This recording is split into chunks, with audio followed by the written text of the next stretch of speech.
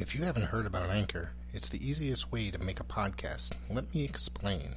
It's free. There's creation tools that allow you to record and edit your podcast right from your phone or computer.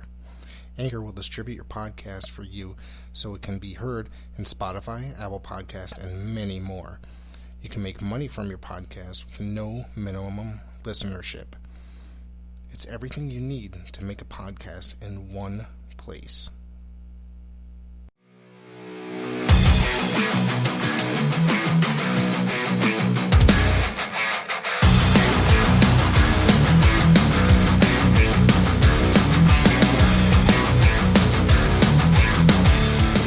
Hey guys, thank you for joining us at the PWZ podcast. It's the big cat Andy Nichols along with Professor Rick Del Santo.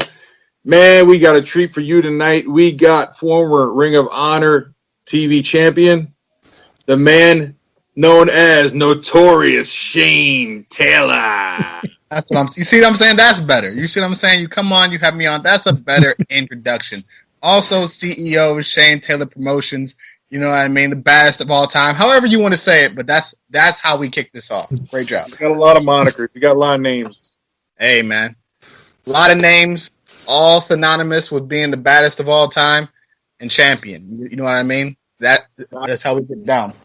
The knockout punch, baby. Hey, So, Shane, you mentioned Shane Taylor Promotions. yeah. Now, the current members are, you got Rev Ron Hunt, right? And he's he's your next in command, right? The COO? Yes, sir. Yes, sir. Right-hand man. All right. And who else are we rolling with? You got Khan and Moses, as SOS, the Soldiers of Savagery, future Ring of Honor World Six-Man Tag Team Champions, should be already. Future World Tag Team Champions, you know what I mean? We also have O'Shea Edwards, Big Bad Kaiju. He's about to get into the fold here. And we're looking to keep expanding and bringing in some more talent in 2021. And Shane, we also we have to mention you're a year older now. You just had a birthday. Happy birthday to you. Appreciate it, brother. Yes, sir. 35. It's crazy. You know what I mean? There's times in my life where I didn't think I'd live to see 21. You know what I mean? So to be sitting here at 35, 2 kids, house, living, dream job, it's crazy. And how was your Christmas? You have a good Christmas too? Yeah, man. Christmas and the birthday were both super low key. We just chilled at the house, opened gifts. My daughters drew me some pictures and wrapped those for me. Wife made a good meal. Just sat back. It was real low key, just how I like it. What's a good meal to Shane Taylor? What's a good meal to Shane Taylor? Oh man, it depends on the event. But if we're just talking, birthday. Nice steak, a good potato, maybe some peach cobbler for dessert. You know what I mean? With or without the ice cream, it's all good. But yeah, that would probably be my go-to. You know what I mean? Let me ask you, what's your favorite cut of steak? I know it's a random question, but that's important. That also depends on the event. If we're talking like Monday through Friday or Monday through Sunday, you know what I mean? A nice ribeye is great. But if we're talking an event like a nice porterhouse would be great. You know what I mean? Delmonico, you know what I mean? Nice. On because I got turned on to the Delmonicos a few years ago, and I was like, oh, these are incredible. You know what I mean? So those are good. Nice medium steak. Yes, sir. You're on a whole other level. What do you think about Delmonico's? Now I got to go Google that when I get off this interview. Hey, man, listen. Being on this platform, having some success in life, these are the privileges. You know what I mean? You get introduced to things like this. Delmonico steaks. So did your girls have a good Christmas? What was like the most over gift in the household? Man, my daughter got an I Promise book written. I think it was made by LeBron James and his team. And she got a doll. I can't remember the company name for the life of me. But both of them were representation style gifts, you know what I mean? With the doll, you know what I mean? The first thing she said when she opened it was, "It looks like me," you know what I mean? And to have her understand and be able to start teaching her now and her understand more about her background, her heritage, her ethnicity, and finding beauty and honor and respect in that, and having her be able to see and read books and have things that she can look at and see herself in them in a positive way. It just makes your heart smile as a father, and that's what I try to do, not only to teach her those lessons, but carry that into what I do in the ring. And that's what, is the driving force behind Shane Taylor Promotions, is being able to teach those lessons and showcase myself, my community, my culture in a way that is positive and in a way that hasn't really been done in professional wrestling up until recently, and now we're seeing more and more examples of it, and I couldn't be happier. Now, it's been a real big year as far as people waking up to everything that's going on in this world. Right. Rick and I are both in interracial relationships. That's not easy for me to say, but, so it's like we both have mixed children. So, yeah, you definitely want to make them aware of all their cultural inclusions that make them who they are. And through the movement this year, how has Sinclair Broadcasting, have they been supportive of the talent expressing themselves about the movement? I think so. I know I had a talk with a few people and really wanted to stress the importance of having that roundtable talk that we had with myself and Kenny King and Caprice and Ian to really talk about some of the issues that we face, not only as just performers and being wrestlers of color, but just being men and being black in this country. The double standard that's set in society doesn't really fall that far away from the double standard set in wrestling. And so it's been very important on my part to be able to stress that and teach that message and fight for change, not only in society, not only in my community, but in my sport. Because we have to lead by example, and professional wrestling closely mirrors society, as most sports do. So when you saw the Attitude Era, you saw the change in society, you saw the change in the product, right? And so with this, we're starting to see more and more people understand that your black wrestlers can be just as marketable. They can be just as big box office.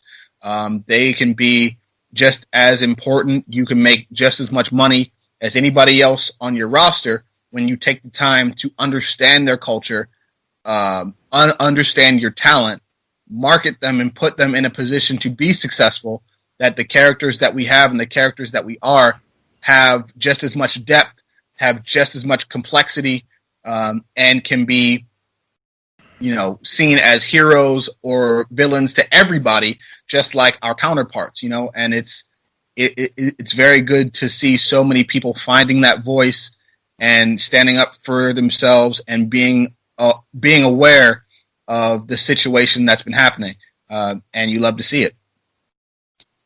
Now, another question I have for you that pertains to that, there's this whole mentality you hear, like ignorant people say, "Oh, just dribble the ball. We don't need your opinion." Right. What would you say to those people, as far as as an athlete who voices his opinion on such matters? Okay, well, I can give you the political answer, or I can give you the real answer. You know what? I'll just give you both. The real answer would be they can kiss my ass. The political answer would be most people that think like that are very misinformed as to the level and the degree in which they are ignorant to history and the truth. And the truth is, you'll accept the fact that other people can comment on these issues and they have nothing to do with politics.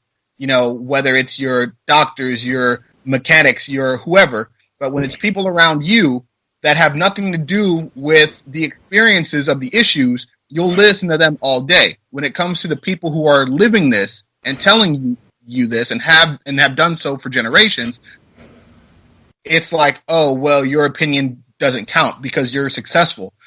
People don't understand. Success is not indicative of the trials and tribulations you've gone through to get to that point. Just because you're successful doesn't mean you've experienced less racism. It doesn't mean that you're lucky. It means that you busted your ass and succeeded in spite of. And just because one person has done that, or a few have, doesn't mean that it's time to take your foot off the gas because you were successful. That's not how this works. You are now given a platform that you are able to help everybody else after you who wasn't able to be a millionaire basketball player, who doesn't get to have the luxury of millions of people hearing their voice. You now get to speak for all of them, you know? And that is both the burden, but also the honor of being a figure, especially from our community, because you have that responsibility. And it's one, as I've gotten older, I found to be of more importance because I understand more. As a kid, you know, you don't really grasp the magnitude of the situation. And then as you get older and you learn more, and I've challenged myself to read about history more, you understand how things work. You understand how the judicial system works. You understand how schools work and how history has been modified. You know what I mean? To the best. Right. Yeah, absolutely. Yeah. So you learn these things, and then you understand the importance of having your platform and using it to the best of your ability to create the change that you want to see in the world. See, Rick, this is what I love about Shane Taylor. If you're friends with him on Facebook, like, Shane puts his opinion out there. He doesn't hold back. And let's face it, as a black man in America, that's not always a safe thing to do. Right. But, you know. There seems to be a trouble with people that seem to make it successfully, whether they're a musician, athlete, or whatever, about speaking their mind. And it's always just, you have a platform and you're just, people will pay attention to you more because you've reached a certain amount of fame. You know what I mean? It's just, a lot of normal people seem to look down, I wouldn't say normal, but people, I mean, look down on that. And I don't think that's necessarily appropriate. Am I making sense? Sorry. Yeah, true. You know, I know I rambled. Yeah. I'm sorry. No, this is the thing, right? Like, there's a very fine line, right? Because wrestling is one of those things where people want to escape when they watch sports, right? And I get that. And there's a level of entertainment value you have to bring. The caveat to that is, once those lights go off, I'm still a black man in this sport. I'm still a black man in this country. I don't get to take a break. Right. We don't get to take a break, right? We don't get an escape from this. This is what our reality is. So the best thing I can do is try to show these examples, teach these lessons in an entertaining way.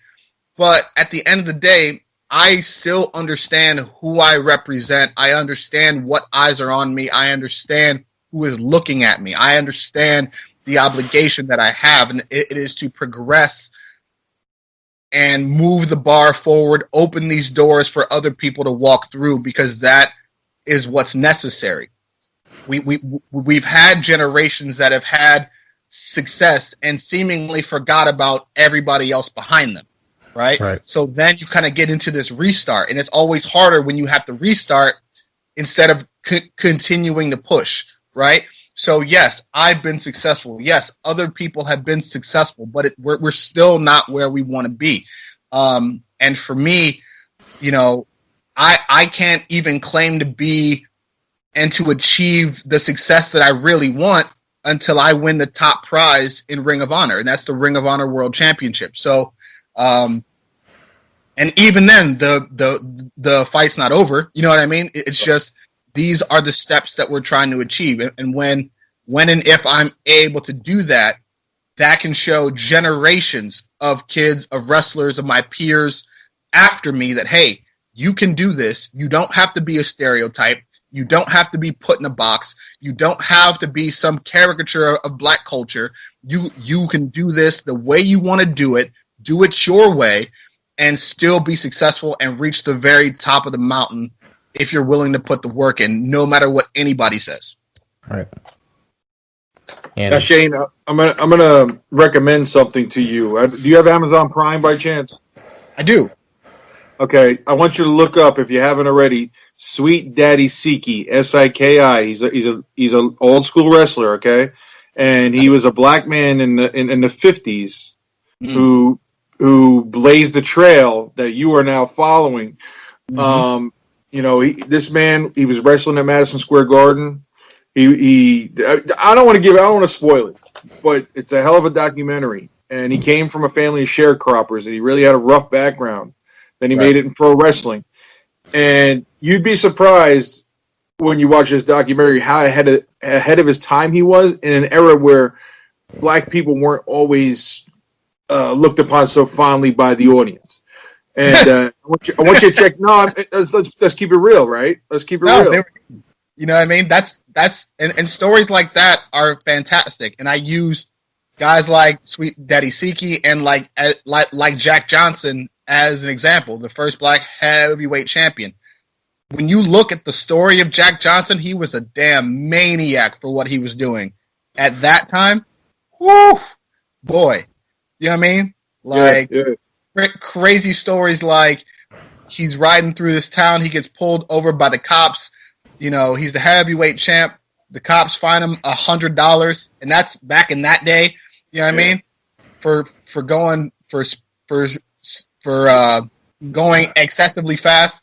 He looks at the cop, hands him double it, and says, "Hey, well, I'm gonna be going just as fast on the way back, so here's that too." Right? Like in that era, bro, with like that kind of just gusto, you know what I mean? And just balls to be like, look, this is who I am. He's out here, you know, with women he's not supposed to be with, you know what I mean? Doing things, saying things he's not supposed to do, but he's the baddest man on the planet at the time. And it's, you know what I mean? Just, you know, like you look at guys like that who are just so unapologetically them and understanding their place. Even when you look at guys like Ali, right, who understood the platform that they had and used it to the very best of their ability. That's why I always, when people talk about legends and being the greatest, I'll always tell them Ali was better. Ali is the greatest, not because of what he did inside the ring. And what he did was incredible. But there have been people who have surpassed him in ring greatness, right? But there is nobody that has surpassed him for what he's done for the culture and for the sport outside of the ring. That's why he's such an icon. That's why he's such a legendary fighter. And people now, when you have the benefit of hindsight and history, everybody is on the Ali bandwagon now, right? But then he was one of the most hated men in America. He was a communist. He was a traitor. He was an extremist. He was, you know, draft dodger. He was all this stuff. And then once people realized, oh, he's correct, now it's, you know, oh, he's the greatest. But that just shows you, you know, people will eventually realize what side of history they should be on. And if it's necessary for those who are leading this charge to take that brunt of the backlash, to take those consequences, then that's what we have to do as leaders in order to, you know, really make the change that we want to see. I applaud you again for being so open about it, not hiding. You know what I mean? You're wide open, dude. But you're speaking the truth, and that's admirable. Man, I wasn't raised to be meek. I wasn't raised to be a coward. You know what I mean? Like, there's been so many people who had the ability to lead, but were too scared to, right? Because of the consequences that could happen. You know, just like you alluded to earlier. They see what happens when someone steps out onto that limb. But if no one steps out, nothing changes, right? So, kind of just got to go and do what you know is right. Now, Shane, who was the first wrestler? We're gonna get into wrestling now. Who was the first wrestler that caught your eye? Like for me, it was Jimmy Superfly Snuka. The first time I saw him on TV, I was like, "Wow, this guy," you know, and I was hooked ever since. Was there one guy for you that got you hooked? I don't think there was one guy in particular, but once I started watching it, there were a lot of guys that I looked at and were like, "Oh man, like that's cool." Like I grew up a big kid too, so like I was never going to be the guy with a six pack, so I never really could relate to guys like Warrior or Orndorff. But once I saw like Stan Hansen and Vader and Ron Simmons and guys who were just big dudes just beating the piss out of people, like I was like, "Oh, I can do that." You know what I mean? Like hell yeah. So to be athletic, to be a big guy and just go out there and just dominate opponents and just be mean and aggressive, that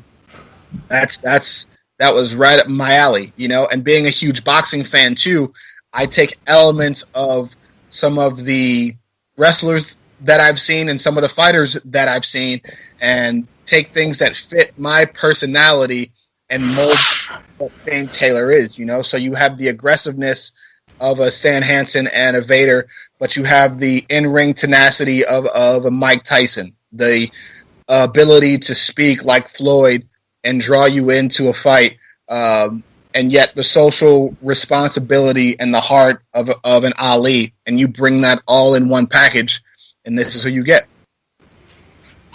So, a young guy like yourself, and your story is pretty well documented as far as your upbringing and your father's lifestyle.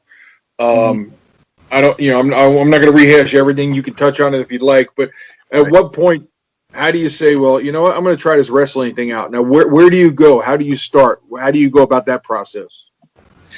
Yeah, I mean, to touch on it for a second, you know, my dad was doing a lot of things he shouldn't have been, but as well as my uncles. But again, people don't understand that when you don't come from that life, your values and your thought processes are different. When it comes to survival, people aren't as law-abiding as they think they're going to be.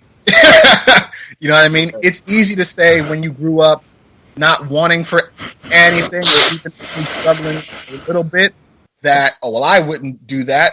When it comes to survival, you absolutely would. You absolutely would. Baby's got to eat, man. Baby's got to eat. Exactly. I'll tell, like, we can all agree murder is wrong, right? But if I ask any parent worth a damn, hey, if it was somebody harming your kid, would you do what you had to do to save your child? Absolutely you would. I would think less of you as a human if you didn't, right? So we can all agree, yes, things are wrong, but in exigent circumstances, you do what you have to do to survive and to feed your children. So when you come from a city like that, and a family like that, where that is the thought process, it's hard for me to fault people doing what they have to do in order to see tomorrow, right? So, once I had that talk with my dad, and he, you know, wanted me to do better and be better, went to college, first member of my family to do that. Went into college, was doing that until I ran across independent wrestling. I was living in Pittsburgh at the time and ran across a company called the International Wrestling Cartel. And up until then, I didn't know independent wrestling existed. I had always just assumed, you know, it was WCW at the power plant or however it worked for getting into WWF at the time, you know. Once I saw that, I was like, oh, this is possible, right? So there was a tag team called the Cleveland Mafia, a guy by the name of Jerry Myers, a.k.a. J-Rock, Give It Up One Time, and then Ray Rowe, who we all know as Eric from Viking Raiders fame now. So I got in contact with them. I had known Ray previously from high school, so caught up with him and let him know that this was something that I was interested in doing. We talked. They saw that I was coachable, that I listened. got with them, and the rest is kind of history after that. Yeah, I definitely wanted to talk Ray Rowe because he's somebody who's been a major part of your career throughout from step one, correct? Oh, 100%. Without him, there is no career. There's no Ring of Honor. There's no TV title. There's none of this. There's no Shane Taylor Promotions if he's not there. So he's been extremely integral in what I've been able to accomplish. And I owe him more than I could ever repay him. And he's got a baby on the way, so that's awesome news too. Does baby Cash coming? I like cool. it. I like it. I can't wait. We love kids around here. At least I do. Right, Rick? We love kids. Yeah, sure. I got a small one myself. I got a 5-year-old, man. So kids are great, but they could drive you a little crazy sometimes, man. You know what I mean? But I wouldn't trade it for the world. Absolutely. So you were in the Pittsburgh, Cleveland area. So you probably worked with the guys like Lou Marconi. I think I saw you worked with. Did you do some work with Zoltan Kenjugan? Yeah, I've been on shows with them. Lou, Zoltan, Bill Collier, John McChesney, all those guys. You know what I mean? Guys that are extremely talented, and just dominating that scene and have been since I started. So it's great to see them having continued success. I think Lou's retired now. Maybe Zoltan is too. I'm not 100% sure, but I don't think Zoltan's ever going to retire. To be honest with you, maybe he won't. Maybe he won't, and I don't want to put that on him. You know what I'm saying? I hope he rests until he can't anymore. You know what I mean? And when I moved down here to North Carolina about 12 years ago, Lou had just moved down here and he was working down here. So I've interacted with Lou quite a bit too. I haven't seen him in a while though. But yeah, it's a pretty cool scene. There's a lot of notable names from that scene. And do you still stay in touch with Ray Monroe or no? Oh hell yeah, me and him almost daily. You know what I mean? Same with Keith Lee. Cool. Just keeping tabs. And it's good, especially in this sport, right? Where when you're in certain positions, you can't just vent to whoever, right? Because as much as people like to say, oh, we're a family, everybody's still in competition, right? There are sharks everywhere. So it's good to be able to have people that you trust, that you can talk to, vent your frustration, bounce ideas off of, and be able to have that place to kind of let it out, right? So because there's definitely been times where, I was like, man, this is what I want to do. And they're like, I wouldn't do that. You know what I mean? Or like, go about it this way, and that's been the better call. Because more than once, I probably would have stepped on a landmine and, blew everything up. You know what I mean? But it's awesome to have that safe space to be able to get that out and be able to approach things with a clear mind. As a parent, I got to ask you, having two daughters, did they change the way you do your business? In other words, like instead of blowing up at the moment, did they kind of cause you to take pause and say, wait a second, I got a bigger picture? Because I know that happened to me in my life when my children came along. 100%. I am a person that does not shy away from confrontation. I don't go looking for it, but if it happens to come across my path, I'm not moving out of the way. You know what I mean? So that having them definitely made me rethink some of the things that I do, and I'm not so quick to act as I was a few years ago for the benefit of myself and society. You know what I mean? So yeah, having them, people have gotten way more passes than I would have ever let them have, 7 years ago. You know what I mean? But Rick, you got anything? I still got some more, but I feel like I don't want to overstep my boundaries here, Rick. Go for it, Andy. I got a couple questions that'll probably go a little bit further into the career. So go for it. You did bring up Keith Lee, and I'm glad you did because I wanted to, but I didn't want to just kind of hotshot all the big names, But you and Keith Lee, you looked like a really promising tag team, and it kind of fizzled out relatively quickly. Keith left the scene in Ring of Honor. Was there any animosity, or did you feel any tension when he left? Did you feel like you lost an opportunity, or was it your time to shine at that point? Not at all. Me and him had talked, and when we formed the team, the main goal was for us to both get jobs in the sport that we love, right? Optimally, right? Ideally, it would have been in the same place together, right? But never, like, regardless of how it happened, the goal was achieved, right? So there was no animosity. When I talked to him about what he wanted to do, he had multiple reasons for the choices that he wanted to make. I understood every single one of them. And I told him, hey, man, your job is to do what's best for you and your family, right? It is my job to be a star with or without you, right? So I still have to do what I have to do, whether you were standing right here by my side or if you're gone. So that nothing changes on my end, right? And we can see, you know, like the path that his career took him all around the world. He's won championships. Mine has taken me all around the world, and I've won championships. So, you know, it's the only downside and the only thing that I look back on is some of the matches that we could have potentially had, right? Because I know now that some plans were in the works for us to maybe work with the Young Bucks and the Briscoes more. Right? So to be a team for only less than 2 years and essentially be able to cut our teeth in the Ring of Honor tag division, which has been one of the very best, you know, for the last 20 years, would have been great. And matches between ourselves and the Young Bucks, who knows? I mean, like, that would have been some epic stuff there.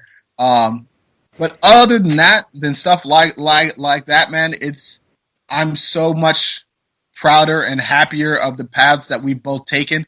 To look at small stuff like that, it's almost a non-issue. Can we give a little love to the Briscoes? You just mentioned the Briscoes, and I think they're like the most underrated tag team in pro wrestling. Oh, it's damn near criminal. It's damn near criminal that when people talk about the greatest tag teams of all time, that they don't mention the Briscoes, right? And I know a lot of people do, but for those that don't, I would put the Briscoes up there with any team for being able to have the longevity, to be able to have the skill set, to be able to have the acumen for doing this, constantly changing and reinventing what they do while keeping true to who they are.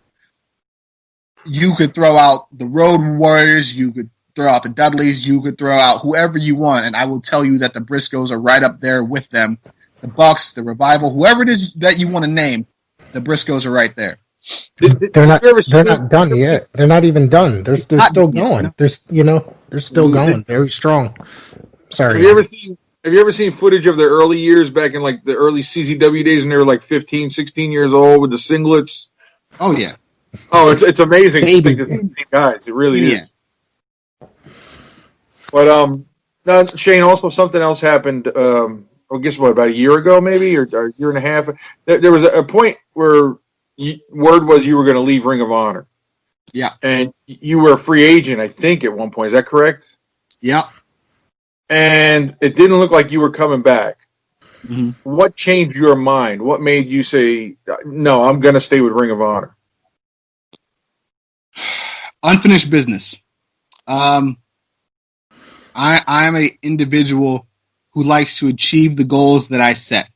And there are multiple goals that I still have left in Ring of Honor. And with the creation of Shane Taylor Promotions, with the restructuring of my deal, with the ability to have the highest paid per fight deal in the history of ROH, to be able to have my guys with me, the guarantees that were given in that deal, that's allowed me to feel better about coming back and continuing to make the kind of history that I want to make. 1 second. Yeah. Right. No, love you. Come on. That's my daughter. Man, I love it. Yeah, so because for years, right, it's been the stigma has been that someone like me, who is as who is as brazen, as loud, who is as boisterous, who is as opinionated, would never have the opportunity to reach the top of the mountain in Ring of Honor. I've heard that from guys that have left. I've heard that from guys who wanted to be here, who wanted to come here, but didn't for that reason. And if I wasn't here, I wouldn't be able to change it, right? So it's my job to be able to show everybody, those who thought it couldn't be done or wouldn't be done, that it is possible. And the only way to do that is to be right here and make that change myself. So that's where my mind is. That's what was going through my head as far as the decision to stay. And not only success for myself, but to be able to bring guys up with me, to be able to bring Khan and Moses their first championship gold in ROH. That was supposed to happen at Final Battle, but it couldn't due to the virus, right? But that's my job now, to be the leader that I want to be. It's not enough for me to be successful. I have to bring everybody else with me. That, to me, is what leadership is all about. So showing them how to win championships, showing them how to set their table, showing them how to lead by example. That is what my goal is now.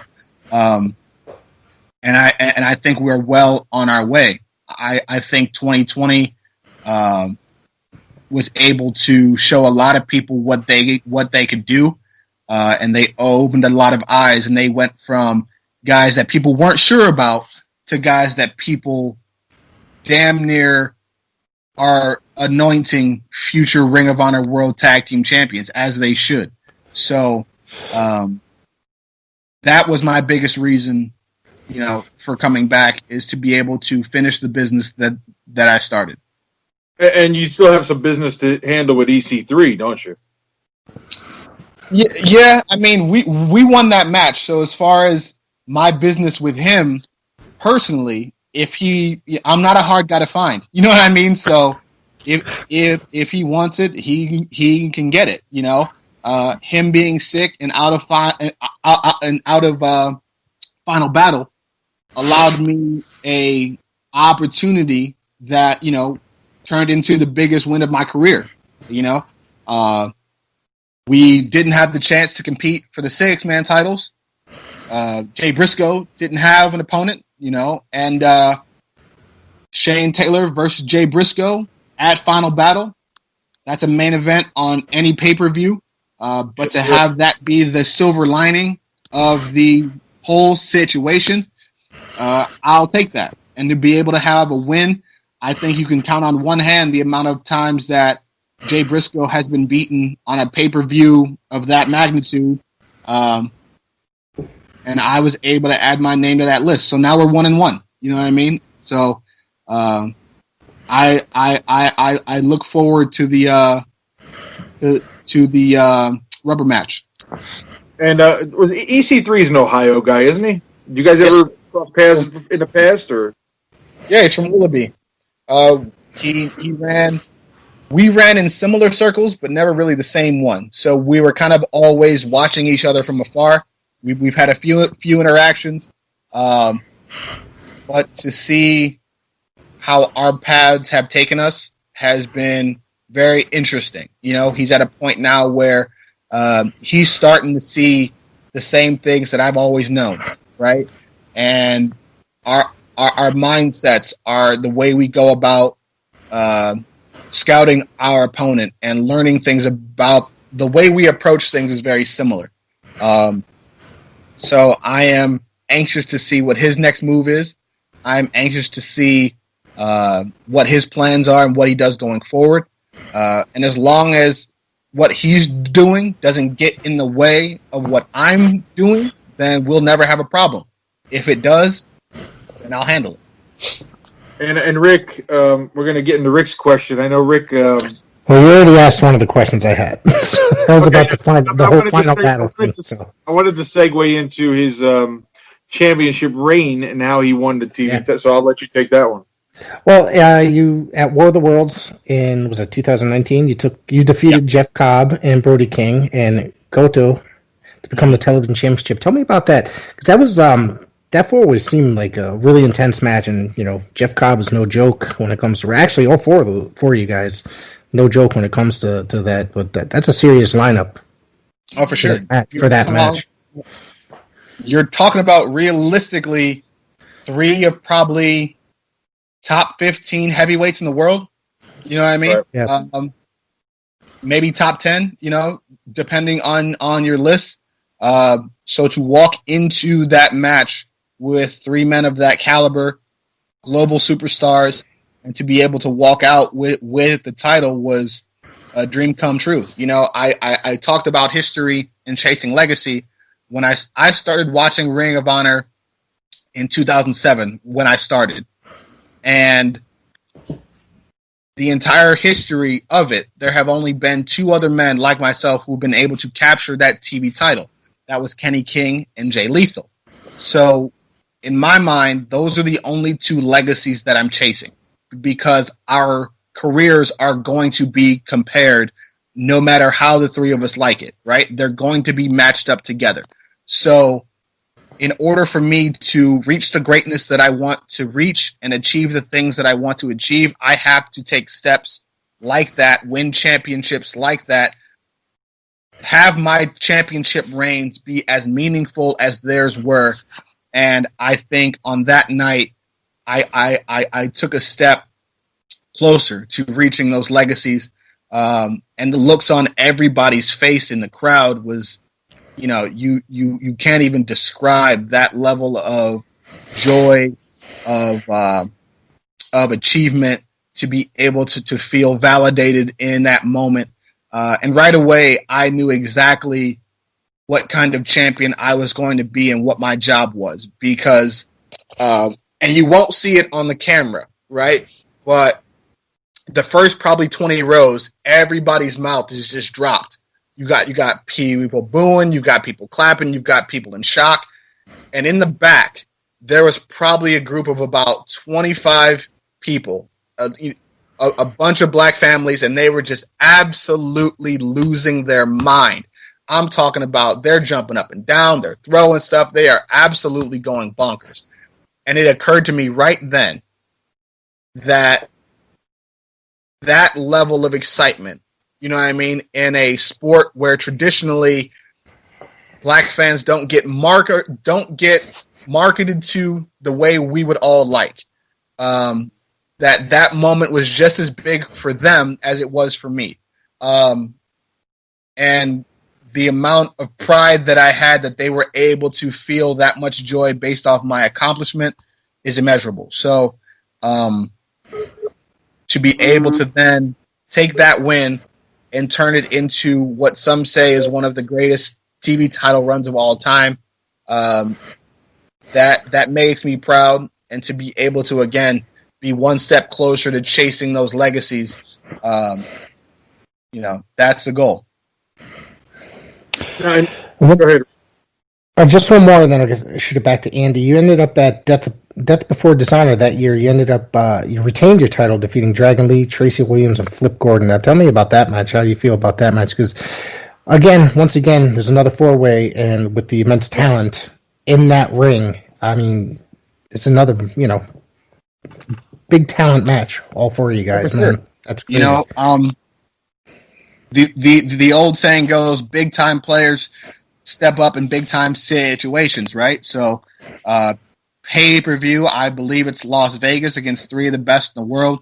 I had to step up, and being in a 4-way, I won the title in a 4-way. It would almost kind of be poetic justice to those who didn't want me to have it in the first place that I lose it that way, right? Right. But that wasn't the case, and I got the chance to retain and to once again sit down with those in charge and go, if you want this championship, you're gonna have to come see me, and come see me at the negotiation table, come see me at the pay window, so to speak. So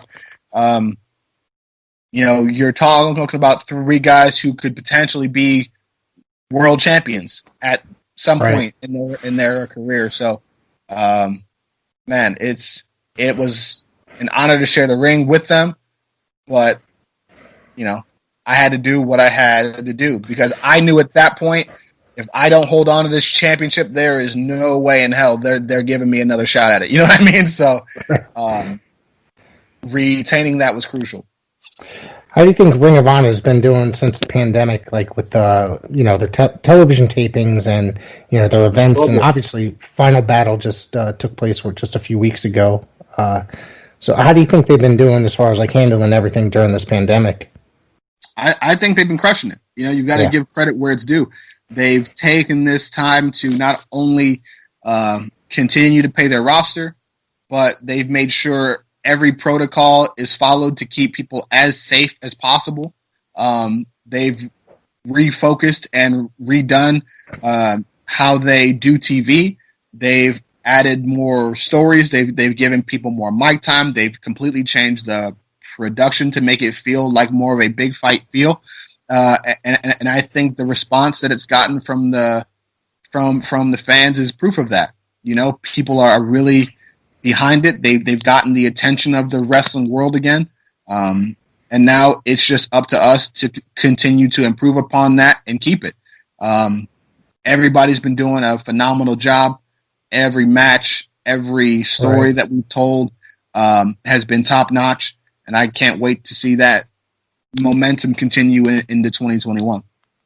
Is there anybody in that Ring of Honor locker room that you haven't faced yet that in 2021 you'd like to take on? I feel like I've been in the ring with everybody on the roster at some point in some fashion.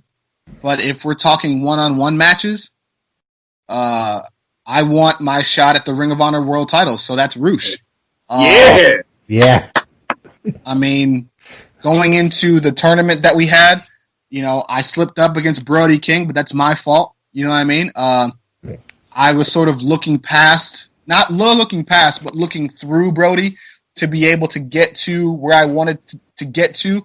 That's my fault. You can't do that against a guy like Brody. He'll make you pay for it. He made me pay for it. But I won't make that mistake again. And now, if he was number one contender after that, that should have put me at number 2, right? Logically speaking. And then to step up and beat Jay Briscoe at Final Battle, a former 2-time Ring of Honor World Champion. I don't see how that doesn't make me the number 1 contender. I don't see how any stretch of logic doesn't have me as the next challenger. Right. So I want what's coming to me. That's Roosh. It's been 6 years that I've been in Ring of Honor.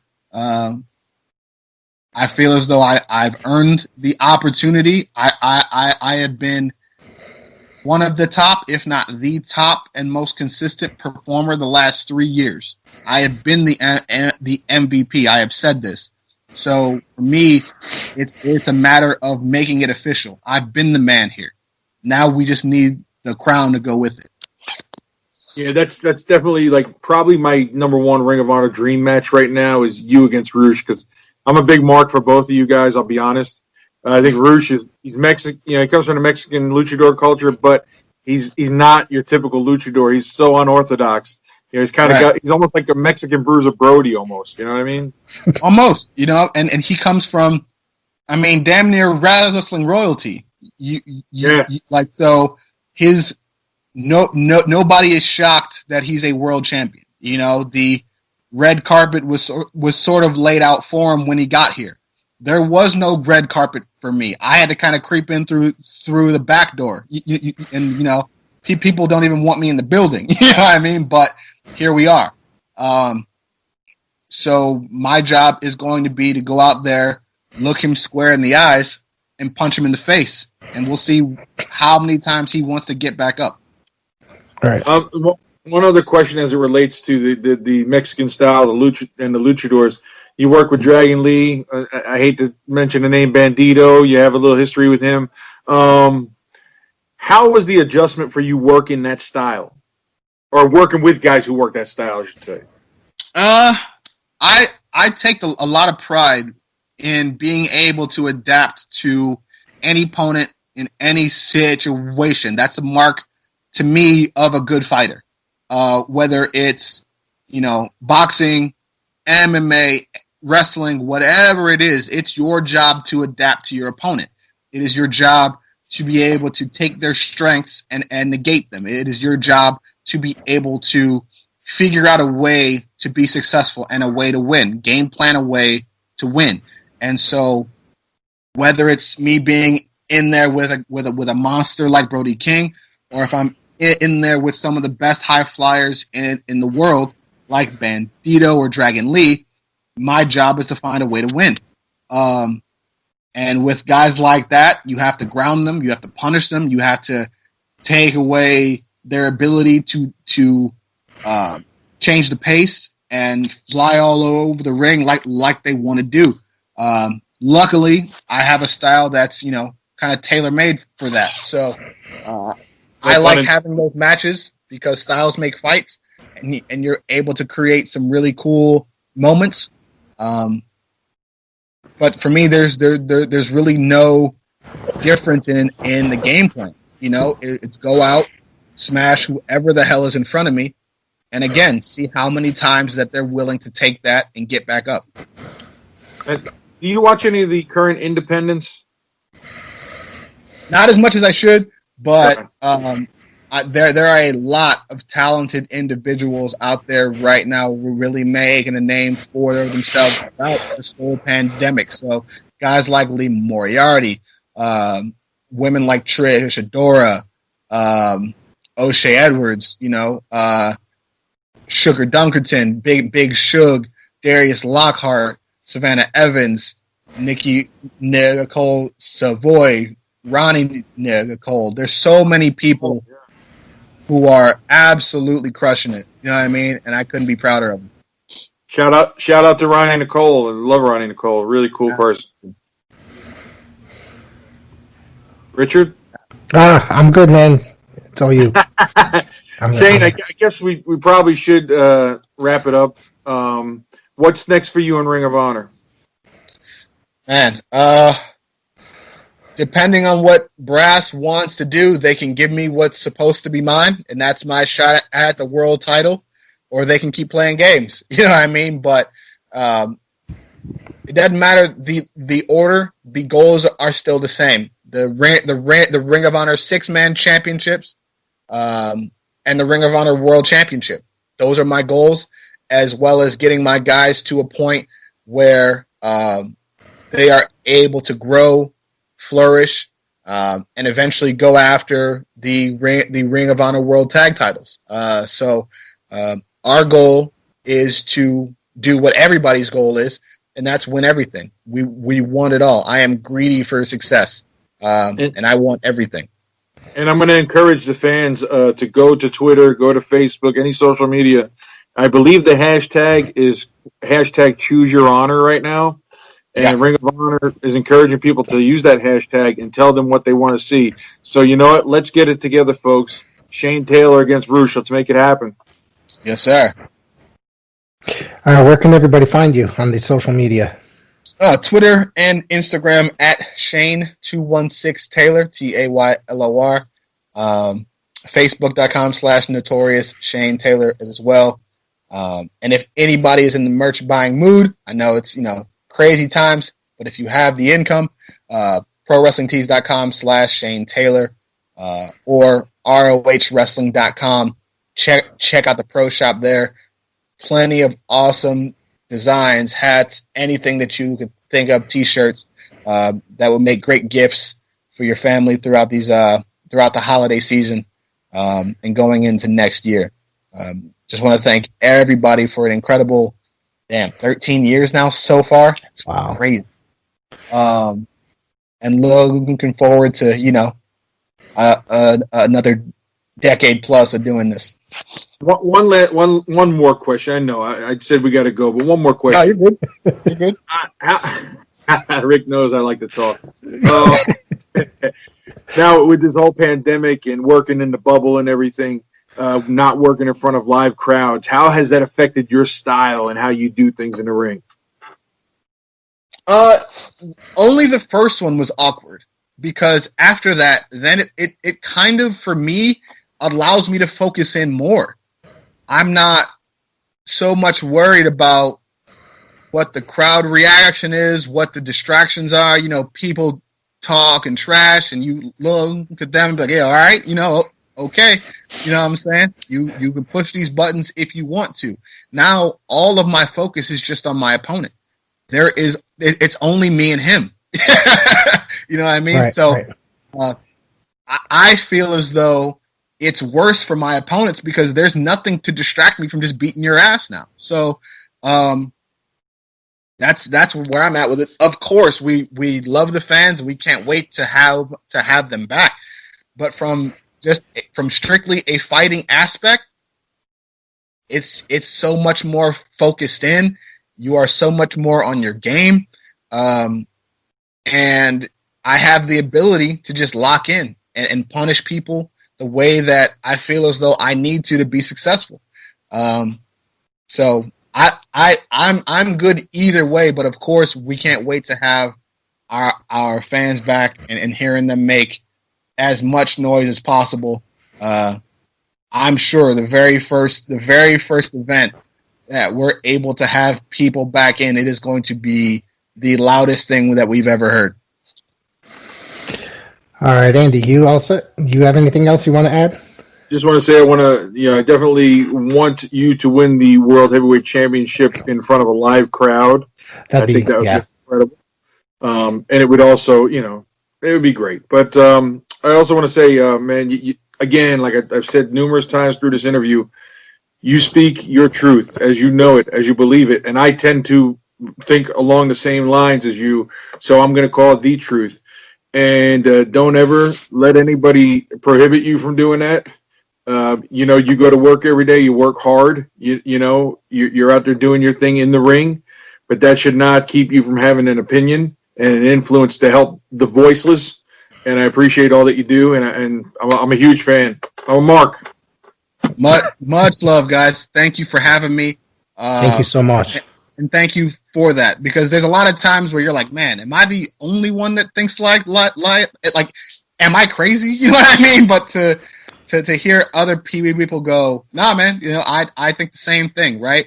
That's awesome. So thank you. Oh, one more. What's on the playlist right now? What's on the playlist right now? That depends on what we're doing. If I'm getting ready for a match, more than likely, that hour or so leading into it, it's all KRS-One and DMX. It's me getting my mind right to understand who I am and to get ready to do as much physical violence as I can in order to be successful and keep this momentum going.